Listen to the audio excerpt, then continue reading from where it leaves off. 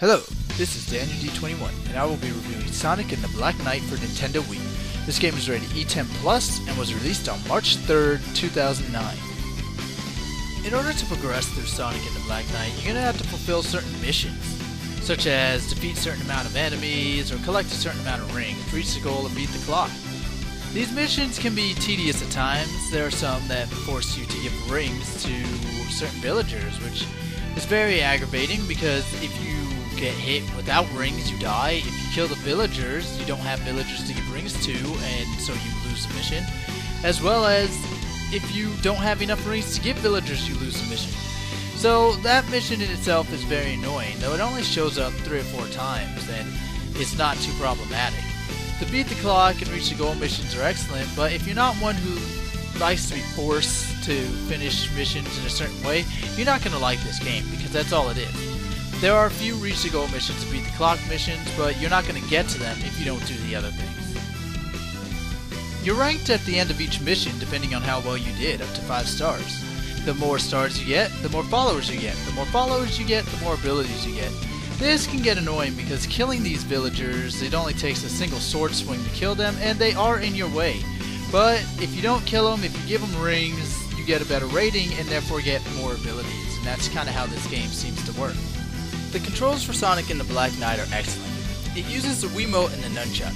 In order to move forward through a stage, you press up on the joystick. In order to move back through a stage, you press down on the joystick. Left and right are rarely used, except to dodge fireballs and other objects like that. In order to jump, you press A on the Wiimote, and in order to do a homing attack, you press A while in mid-air.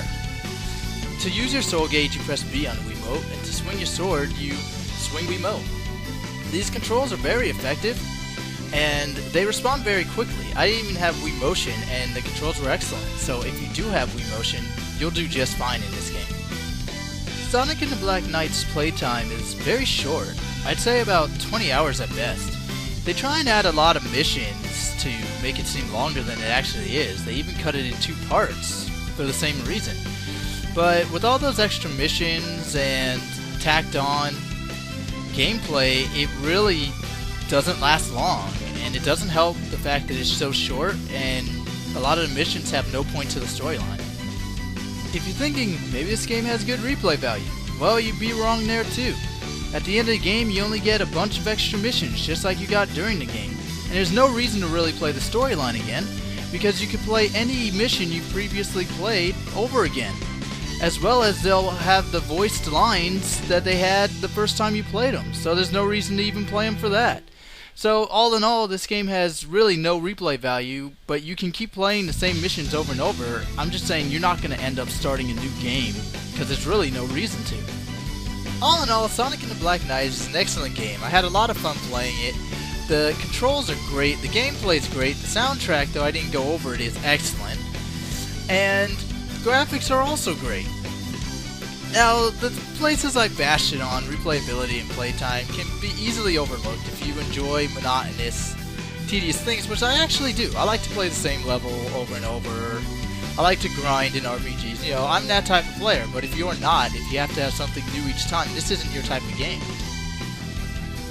So what would I rate Sonic and the Black Knight? I give it a 7 out of 10.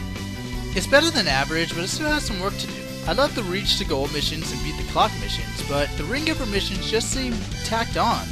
They were very monotonous and annoying. I mean, I don't think it should be necessary to give people rings in order to continue through the game. I love the 3D world and the 2D plane. I think that was well done. I love holding up to go forward through a stage and down to go back. It kept the game fast-paced and really made it fun so that even the worst of players could do all the great graphical stylings of the advanced players. Well, I hope you liked this review. If you did, give me 5 stars, and hope to see all your comments. And this has been Daniel D21. Talk to you all later, and God bless.